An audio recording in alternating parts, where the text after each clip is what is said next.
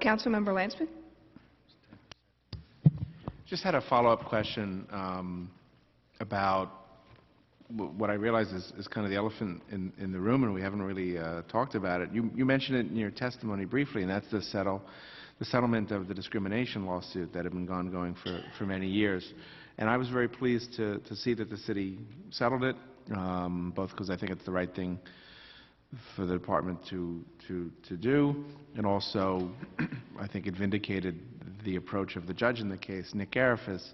Those of us in Queens know him well from his time as being a counsel to former borough president Claire Schulman.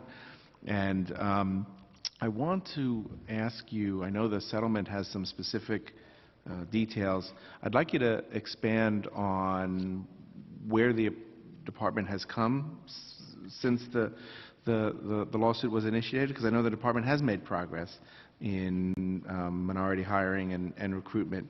But in particular, I'd like to hear you talk about how you're going to try to change the culture of the department. And before you answer, I just want to read something that one of the litigants or the lawyers in the case said at the time that it was settled. And I think there's a lot of truth to it.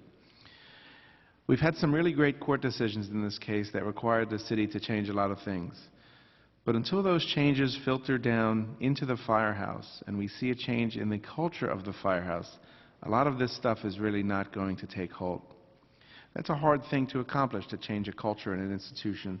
How is the department going to go about doing that in the context of the specific changes that the settlement requires? Because that one seems like it's a real challenge. Well, I will tell you that since 2002, every strategic plan, we've had 4 strategic plans, and every one highlighted diversifying the department. This just didn't start 2 years ago or with the decision.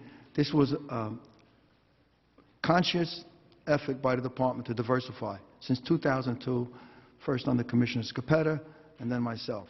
And the 2 exams that were ruled invalidated because they just weren't, they didn't stand the test of time, and then the 2007 exam, those are in the past. But we have made this concerted effort. And the culture that the lawyer is talking about, maybe he's talking about the culture of many years ago. We've taken a very aggressive effort to make sure we have an anti-hazing policy that I put out. We sent out a message from myself and the chief of department about what we expect in the field, how we expect people to be treated with dignity and respect. So as far as changing the culture, this has been going on for a long time. People need to be treated fairly. They need to be treated with dignity and respect. Well, it's a tough job. You know, it's tough. We've been working on that for a long time. So it's been done. It's ongoing as we talk. As you mentioned, if you mentioned in my testimony, we're hiring Kaleidoscope. Everybody's going to be given diversity and inclusion training. As soon as the new administration came in, I recommended to them that we have a deputy commissioner for diversity and inclusion. Turns out it was part of the agreement, but from day one, I've thought about that needed. So we are working on it. We send out a strong message to our chiefs in the field. I speak to them. The chief of department speaks to them, lets them know what we expect. And it's an ongoing effort, but I have every confidence in the world that it's going on as we speak. Well, I appreciate that, and as I observed, I know the department has made a lot of progress in both recruitment and hiring, and I just hope the department, as you are committing to, and as I'm fully committed. As you're fully committing to, fully. And I know the sincerity with which you're saying that, understands that the issue or the concern doesn't end with the signing of the settlement. Not at all. Just starting. Just starting. Not ending. Just it's a big effort on our part.